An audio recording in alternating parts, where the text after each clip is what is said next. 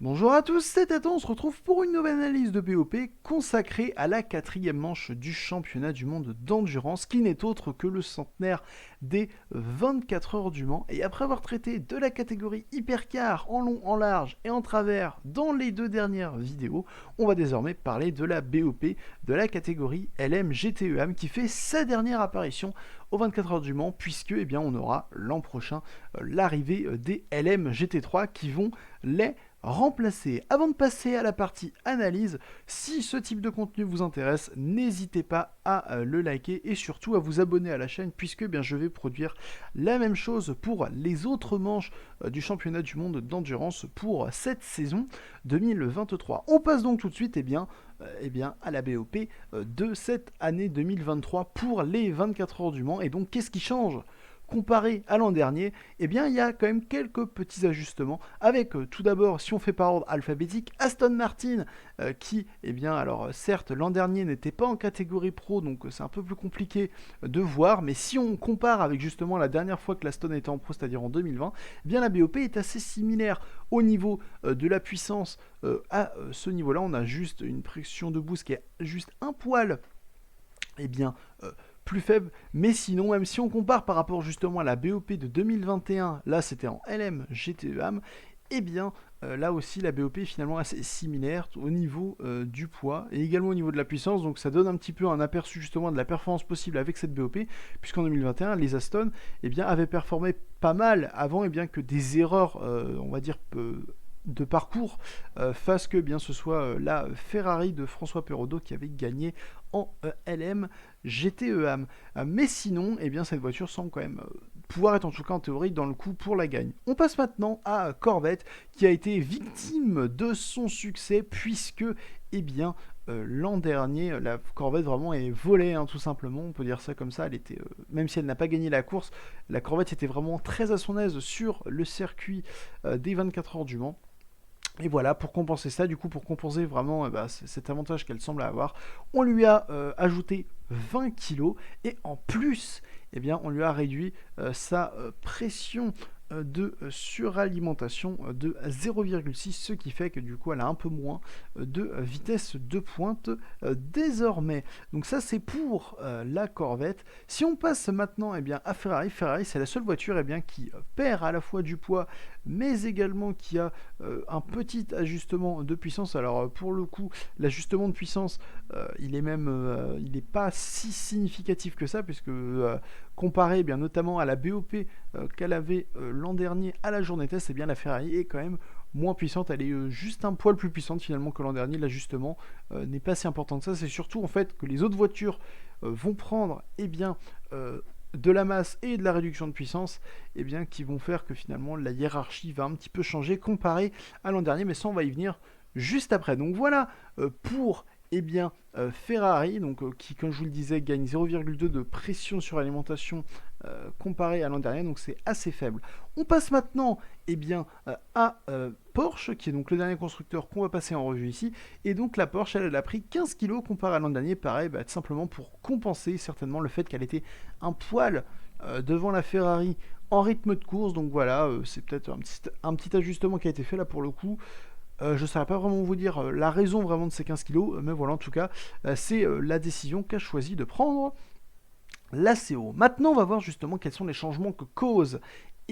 C'est justement au niveau de la vitesse de pointe. Déjà l'an dernier, on avait Ferrari qui avait la même vitesse de pointe. Bon, alors c'était surtout dû au fait qu'il y avait une aspiration de prise, puisque comme je vous le disais, la Ferrari me peinait un petit peu. D'ailleurs, surtout en vitesse de pointe, je pense que ce sera moins le cas avec ce gain de 0,2 de pression de suralimentation cette année, mais surtout on pouvait voir que la Corvette était extrêmement bien placée, on va dire de manière assez naturelle, sans aspiration, donc assez intéressant de voir ce que ça va être cette année. On peut aussi constater surtout une grosse différence entre les vitesses de pointe de l'an dernier et de cette année, donc ça veut dire que soit l'an dernier tout le monde a eu, on va dire, une chance d'avoir une bonne aspiration, et que ce n'est pas le cas cette année. Et moi, je pense surtout, et je plaide surtout pour la deuxième option, c'est que cette année, tout le monde ne semble pas être encore à fond, et c'est bien logique, ce n'était que la journée test. Donc il y a encore très probablement quelques kilomètres-heure qui vont être gagnés d'ici la course par les différents concurrents. Mais on a quand même des choses assez intéressantes. Donc Ferrari semble être devant, très logique. Corvette qui semble par contre être pas si mal que ça m'étonne un peu. Je pense que cette vitesse a été réalisée avec un peu d'aspi. À voir dans les faits si ça se confirme ou pas dans la suite du week-end. Et ensuite, après donc Ferrari et Porsche qui sont mettent devant Corvette, où là on a un petit peu de l'inconnu. On a Aston Martin qui semble quand même un petit peu décroché. Alors là, pareil, ça m'intrigue un peu, puisque comme je vous le disais, en tout cas, la BOP devrait leur permettre d'avoir une bonne vitesse de pointe. Mais pourtant, voilà, ils semblent un peu à la traîne. Donc, bon, ça va être assez intéressant de voir si là aussi c'était que il n'y a pas eu l'aspiration, ou qu'ils sont quand même un petit peu en retrait comparé aux autres niveau vitesse de pointe.